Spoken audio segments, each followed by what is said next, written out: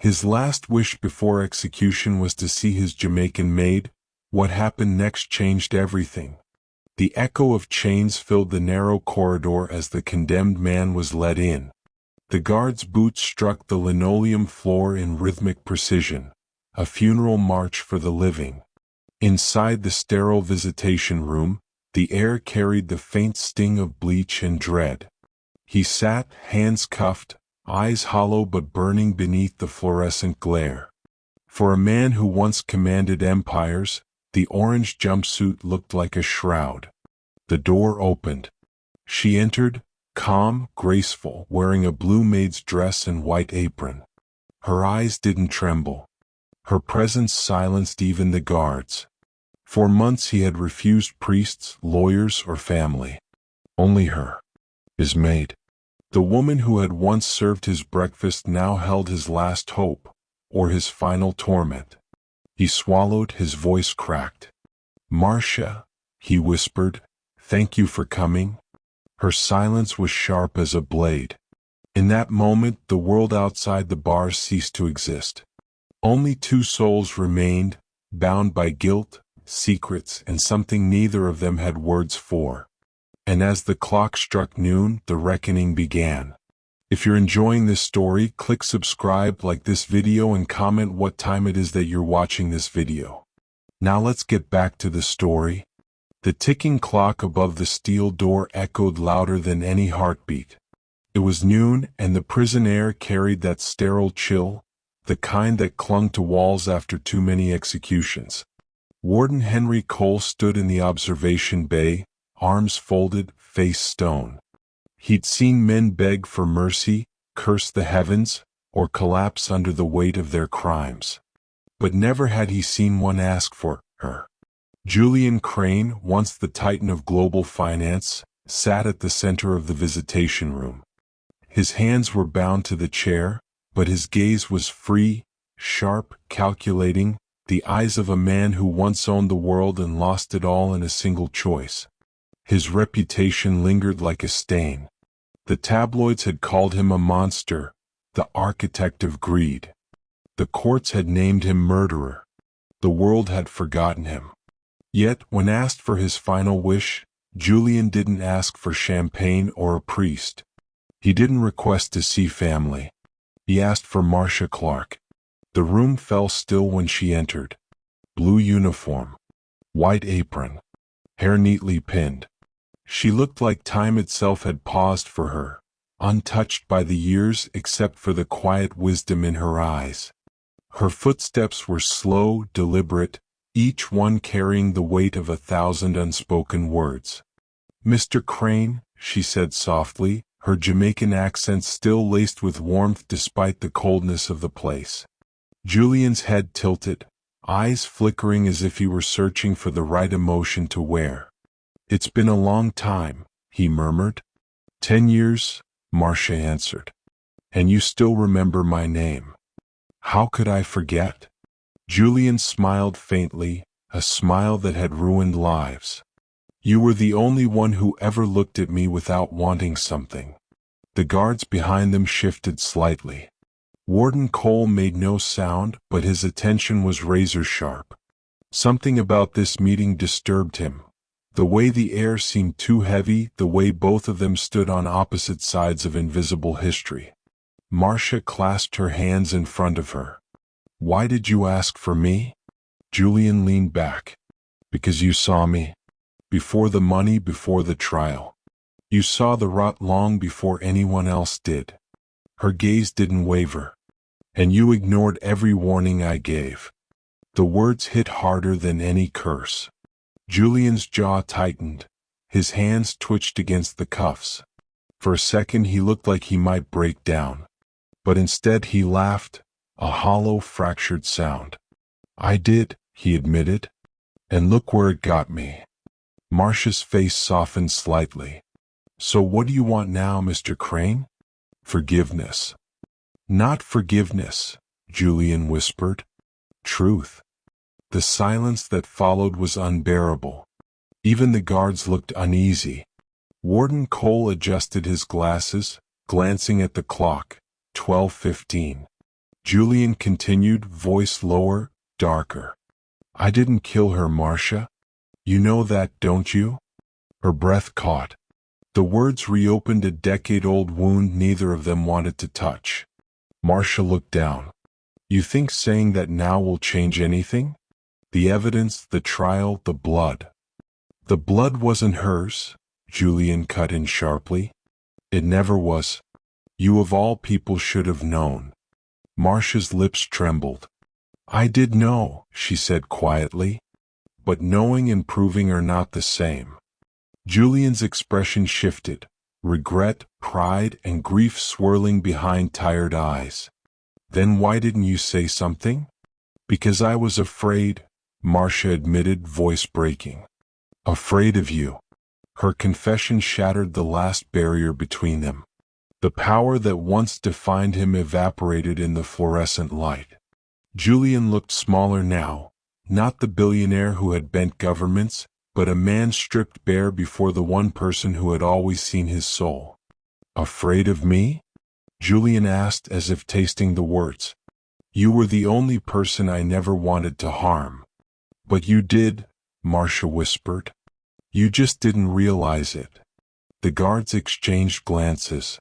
The tension in the room thickened like a storm about to break. Warden Cole stepped forward. Time's almost up. Julian's head turned slowly. His tone was calm, almost eerie. No, Warden. Time is what I came to face. He looked back at Marcia. You remember that day in the manor? The rain, the screaming, the glass breaking? Her eyes widened and the walls seemed to close in. Yes, she said. I remember everything. Long before the orange jumpsuit, before the steel bars and fluorescent lights, there was Crane Manor, a fortress of glass and marble overlooking the gray Atlantic. It was the kind of estate that existed to remind others they were small. Servants moved like whispers through its endless halls. At the top of the grand staircase, Julian Crane ruled his empire not with guns or gangs, but with charm, intellect, and an absence of mercy. Marcia Clarke had arrived there 15 years ago, barely 20, sent by an agency in Kingston that specialized in domestic placements abroad. She remembered her first day vividly, the scent of polished mahogany, the echo of her footsteps in the empty foyer, and the cold gaze of the master who looked through her rather than at her. Julian Crane had smiled that day. You'll find everything in this house runs on precision, Miss Clarke. I don't tolerate mistakes. His smile was practiced, his voice silk over steel. Marcia had nodded, replying with quiet humility, Yes, sir. She had no idea then that his precision wasn't order, it was control. At first, life in the manor was structured but bearable. Marcia's duties were simple: maintain the guest quarters, oversee the kitchen staff, and ensure his wife, Evelyn Crane, always had what she needed. Evelyn was the opposite of her husband, soft-spoken, gentle, and perpetually tired, as if her spirit had long since given up trying to escape the mansion's grip. Marcia had seen the bruises before the others did. Small, hidden marks along Evelyn's wrist. The flicker of fear in her eyes when Julian's footsteps echoed down the hall. No one dared speak of it. Not in that house. Julian's temper was infamous among his staff, calm, then cold, then catastrophic. He didn't shout, he cut. His words were scalpels. And each night, the mansion trembled under the weight of silence after his storms. Still Marcia stayed. Not because she was fearless, but because she understood suffering and recognized a soul on the edge of collapse. One night, she found Evelyn standing barefoot in the garden under the rain. Her nightgown clung to her body. Her eyes were red from crying. He's going to destroy himself, Evelyn whispered. And he'll take me with him. Marcia stepped closer, holding out a blanket. You should come inside, ma'am. You'll catch cold. Evelyn turned, tears blending with the raindrops. He's changed, Marcia. There's something dark in him now. something that feeds on power and won't stop until it devours everything. Marcia hesitated. Then why don't you leave? Evelyn smiled, the kind of smile that broke your heart because it had forgotten how to be real. Because I loved him once, and I think part of me still does. Those words haunted Marcia long after Evelyn disappeared. It was a stormy night, the kind that made the ocean look like black glass. The manor was asleep except for the flickering lights in Julian's study. Marcia had been cleaning near the corridor when she heard shouting. A woman's voice, Evelyn's, pleading. And then a sound that would never leave her, glass shattering followed by a scream. She ran to the study door. "Mr. Crane?" she called out. No answer. When she entered, Evelyn lay motionless on the floor, blood pooling beneath her head. Julian stood over her, trembling, hands red. His face was pale, his eyes wild. "She fell," he whispered. She fell, Marcia. But the shattered vase at his feet and the rage still burning in his eyes told another story. Marcia's hands shook as she reached for Evelyn's pulse. Faint. Still alive. "Call the doctor," Julian barked, but his voice cracked halfway through. "Now." Marcia obeyed, but deep down, something in her already knew the truth. This was no accident. This was the moment everything would unravel. The following days blurred into chaos. Police swarmed the estate. Journalists camped outside the gates. The Crane empire crumbled overnight. Evelyn died 2 days later from a cerebral hemorrhage, and Julian was arrested before the funeral even began. During the trial, the prosecution painted him as a sociopath driven by greed and jealousy. They found traces of sedatives in Evelyn's system and blood on Julian's shirt. Every photograph, every recording, every statement buried him deeper. Only Marcia knew there was something wrong with the story, something missing. She had seen the fear in Evelyn's eyes days before the fall, heard whispers about secret accounts, blackmail, and an envelope Evelyn kept hidden in her jewelry box. But when the defense team asked her to testify, she froze. Julian's gaze from the courtroom bench pierced through her like a blade, the same cold authority he used to command entire rooms. And so Marcia said nothing. She lied on the stand. "I didn't see anything clearly. It was dark." That silence condemned him more effectively than any accusation ever could. Years passed. The world moved on. Julian Crane became a headline, then a cautionary tale, then a ghost of the past. But Marcia carried him with her, in nightmares, in prayers, in the guilt that crept into her quiet moments.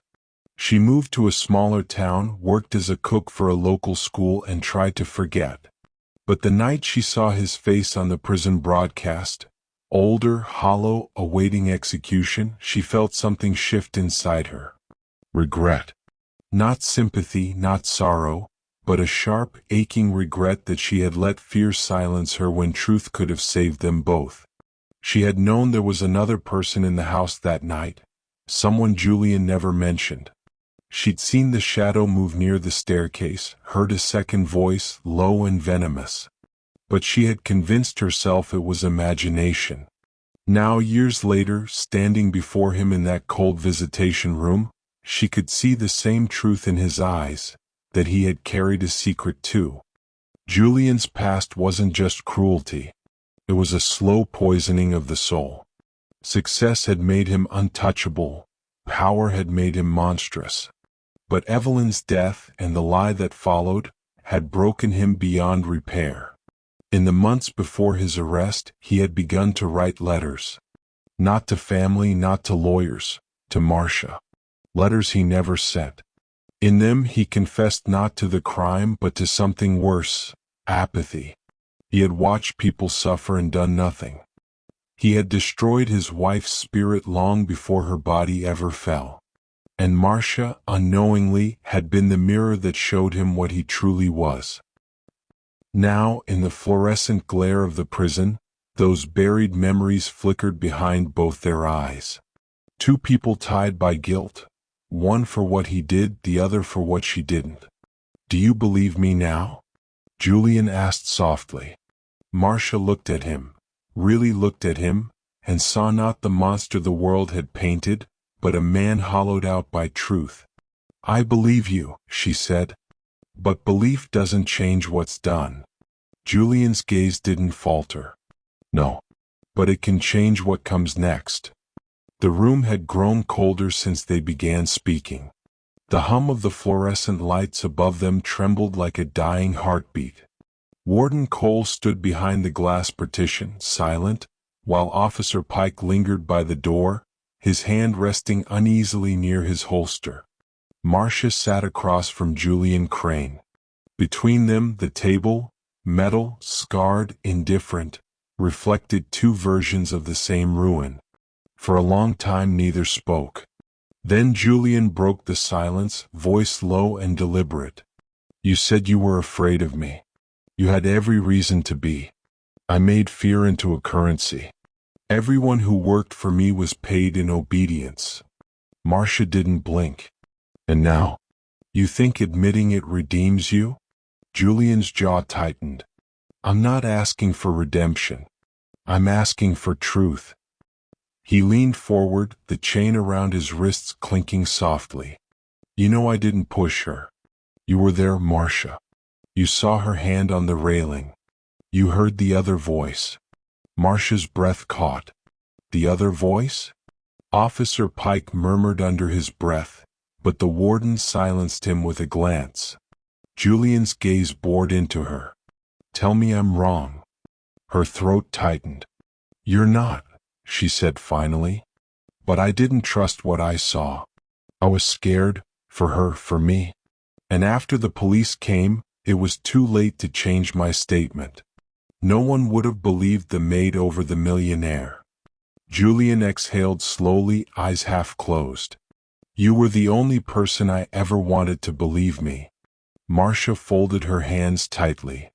Belief isn't the same as forgiveness. Then what is forgiveness? Julian asked. A trade? A comfort for the guilty? It's letting go of what you can't fix, she said softly. He smiled bitterly. Then maybe I don't deserve it. The warden shifted behind the glass. He'd seen confessions before, men breaking, weeping, begging for mercy, but this was different. This was something colder. This was a man dismantling his own soul piece by piece. Julian's tone softened. Do you remember the letter I left you in the study? The one sealed with the Crane insignia? Marcia frowned. There was no letter. Julian's eyes flickered. Exactly. What do you mean? He looked up, his gaze sharp again, the old, calculating man peering through the cracks of remorse. She took it. Evelyn. She found it before you did. That letter was never meant for her. It was meant for you. Marcia hesitated. Why? Because, Julian said, voice trembling now, I was going to leave her. The words hung like smoke. Warden Cole frowned, exchanging a glance with Pike. Marcia leaned forward. You were going to leave her, for me? Julian's silence said enough. Her eyes widened. You. Not out of love, Julian cut in quickly, shaking his head. Don't mistake it for that. It wasn't love, it was desperation. You were the only person in that house who didn't flinch when I spoke. You looked at me like I was still human. And I mistook that mercy for something else. Marcia looked away, her breath shallow. And Evelyn found the letter. Julian nodded slowly. She confronted me that night. Said she'd rather die than watch me humiliate her again. I tried to take the letter from her. She pulled away, slipped, hit the edge of the table, and fell. He swallowed hard. It was an accident. But when she fell, she smiled. Marcia blinked. Smiled? Julian's voice broke. As if she knew that smile would haunt me forever. The room felt smaller now, the air heavier. The warden's hand hovered over the intercom but didn't press. Pike's eyes softened, pity creeping through the tension. Marcia whispered, "You could have told the truth." Julian laughed weakly. "The truth? The world doesn't believe in truth, Marcia. Only in evidence. And the evidence was written in blood." He leaned back, the cuffs clinking. "The letter was gone when the police came. I thought you took it." "I never saw it," Marcia said. "Then someone else did." A silence followed, thick, uneasy. The fluorescent lights buzzed overhead, flickering briefly as if even they were holding their breath. Then Marcia said something that froze Julian's blood. "I know who took it." His eyes locked on hers. "Who?" She hesitated. "Evelyn's brother, Charles Grafton. He came that night before the police. Said he'd take care of things. He asked me to leave the body. I thought he was protecting her." Julian's expression darkened. Charles was her lawyer. He had everything to gain if she died, the trust fund, the estate, the stocks. "I thought I destroyed myself, but he was the one pulling the strings." Marcia's voice trembled. "He told me not to speak. He said I'd be deported if I said anything." I believed him. Julian's eyes flared, the first real spark of rage since she entered the room. "That man watched me rot while he built his fortune from my ashes." The chains rattled as he slammed his cuffed hands against the table. Officer Pike stepped forward, but Warden Cole raised a hand. "Let him talk." Julian stared into Marcia's eyes. "You stayed silent because of fear. I stayed silent because of pride. And between us, the truth drowned her." Marcia's tears fell silently. "What good is truth now? You'll be gone by dawn." Julian leaned closer, whispering, "Then promise me one thing. Tell them. Tell the world. Make it right." She shook her head. "It's too late." "It's never too late," he said, almost pleading. "That's what forgiveness is, isn't it? Doing the right thing when it can't save anyone, not even yourself." Her hand trembled as she reached across the table, touching the cold metal near his wrists. "I don't know if I can." He smiled faintly. "You already are." The intercom crackled. "Time's up," Warden Cole said softly. Julian sat back, closing his eyes. "I knew you'd come," he murmured. "Even when I didn't deserve it." Marcia rose slowly. "You don't deserve forgiveness, Julian." He nodded. "No. But maybe forgiveness deserves me." She hesitated, then whispered, "I'll find the letter." Julian opened his eyes, tired but lighter. "Then maybe for the first time you'll save us both." She turned to leave but stopped at the door. "Julian," she said quietly, "Evelyn didn't just smile when she fell. She whispered something too." He froze. "What?" Marcia looked back. She said, "You'll finally learn what it means to lose control." Julian's eyes darkened again, realization dawning too late. Evelyn's brother wasn't the only one who wanted revenge. Evelyn had planned everything, her fall, her death, even his destruction. And now, in the silence that followed, Julian finally understood. She hadn't slipped. She jumped. Warden Cole stepped in, signaling the guards. "Mr. Crane, it's time." Julian didn't resist. As they led him away, he looked back at Marcia, a flicker of something human in his gaze. Gratitude, maybe. Or peace. Marcia watched him disappear down the corridor, her heart pounding with the truth she had carried too long. When the door shut, she whispered to no one, "You're forgiven." The words hung in the air, weightless yet final. Behind the glass, Warden Cole turned to Officer Pike. "You think she meant it?" Pike shook his head slowly. "I think she needed to." The night after the prison visit, the rain returned, the same cold, relentless rain that had fallen the night Evelyn Crane died. Marcia Clarke sat in her small apartment, a single lamp glowing beside a stack of old news clippings spread across the table. Julian's face stared up from every headline. Tycoon turned killer, the fall of a god, Julian Crane execution date confirmed. Her hands trembled as she reread his final words in the visitation room. Then maybe for the first time, you'll save us both. Outside, thunder rolled like a memory. She took a deep breath, pulled out an old wooden box from beneath her bed and opened it. Inside were fragments of a life she'd spent trying to bury, her servant ID from Crane Manor, an old photograph of Evelyn smiling by the rose garden, and a folded letter she had found tucked inside her apron pocket the night she fled the mansion. She had never opened it. Until now. Her fingers hesitated at the seal, the Crane insignia, gold and faded. Heart-pounding, she unfolded the page. The handwriting was Evelyn's. If you are reading this, Marcia, then I am gone. Julian will blame himself. He always does, even when he shouldn't. But what you must understand is that I made my choice. My death is not his doing. It's my escape. Marcia froze. The words blurred through her tears. He wanted to leave me for another woman. I don't hate her. I pity her. I know she will carry his guilt long after I'm gone. That's my final revenge, not to destroy him, but to make him live long enough to face what he's done. The letter shook in Marcia's hands.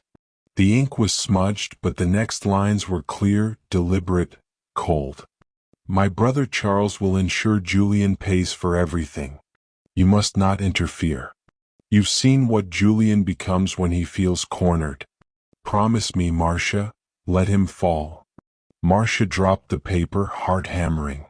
Evelyn had orchestrated her own death. Her brother had covered it up, turning it into a murder.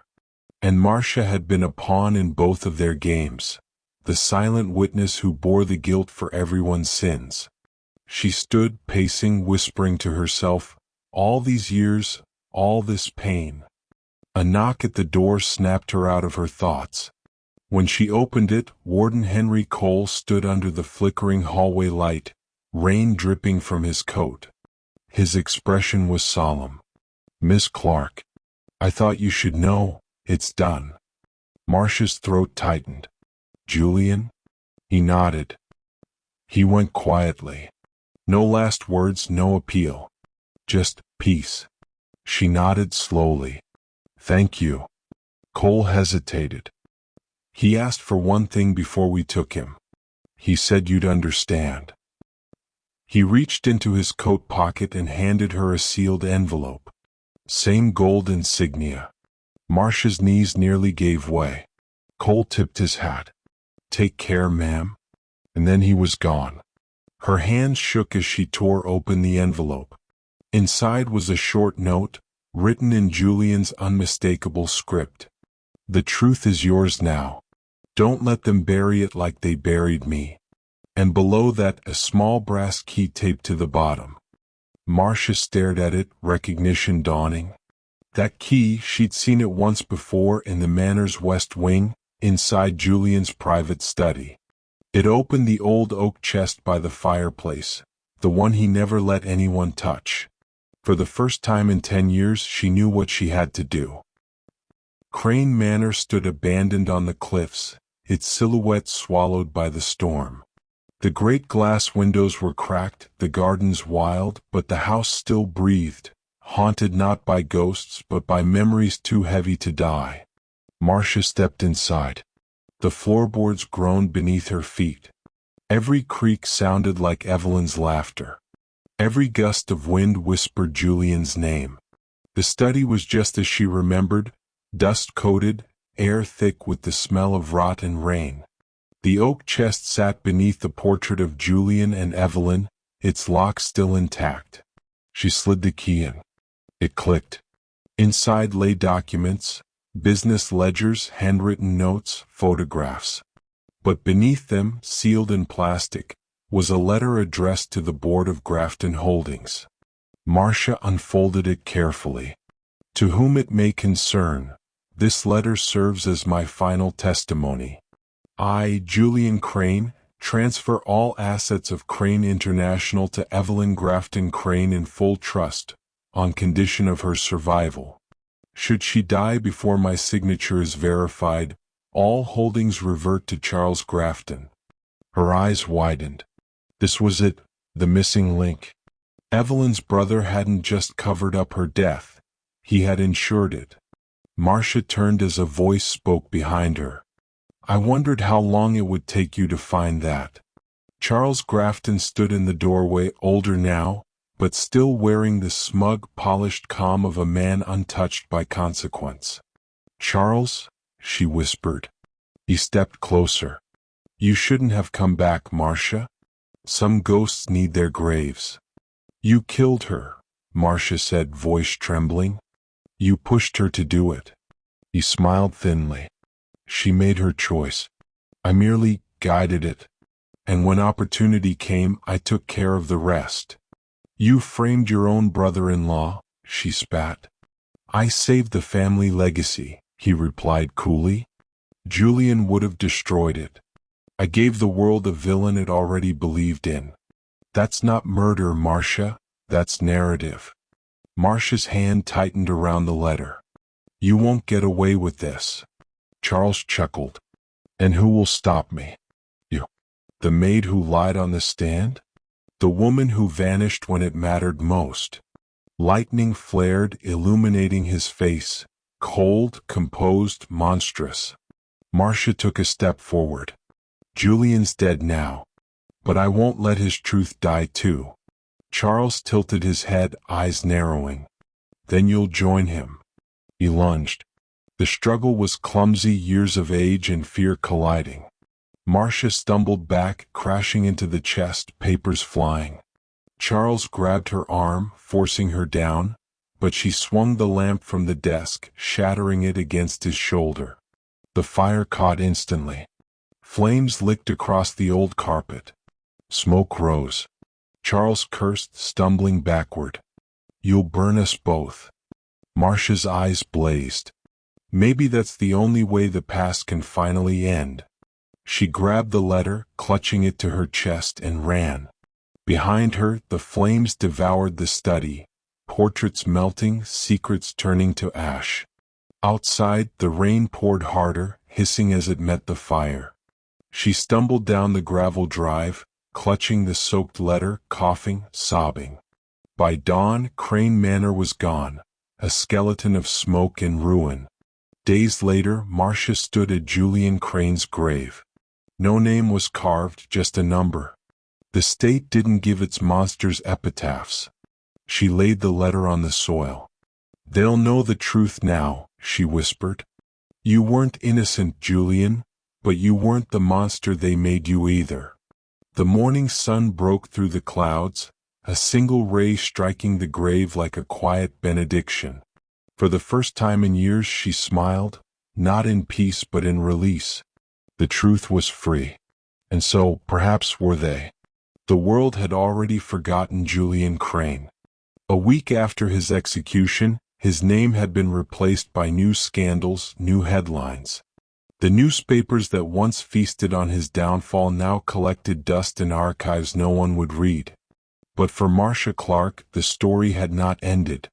It had only changed shape. She stood before the courthouse, the folded, fire-scorched letter in her hands, Evelyn's confession and Charles Grafton's conspiracy exposed in perfect, tragic detail. Inside the courthouse, a crowd buzzed. Reporters, prosecutors, strangers. The truth was finally out. And yet, Marcia felt no victory. Only exhaustion. When she took the stand, the room fell silent. State your name, the judge said. Marcia Clarke, she replied softly, her Jamaican accent rippling through the hush like a melody long silenced. You were the maid in service of the Crane household the night Evelyn Crane died, correct? Yes, Your Honor. And you withheld evidence, this letter, for nearly a decade? Marcia's gaze lifted, calm but hollow. I didn't know what it meant back then. I was a servant, not a soldier. Fear makes liars of honest people. A ripple of murmurs spread across the courtroom. The judge tapped his gavel once.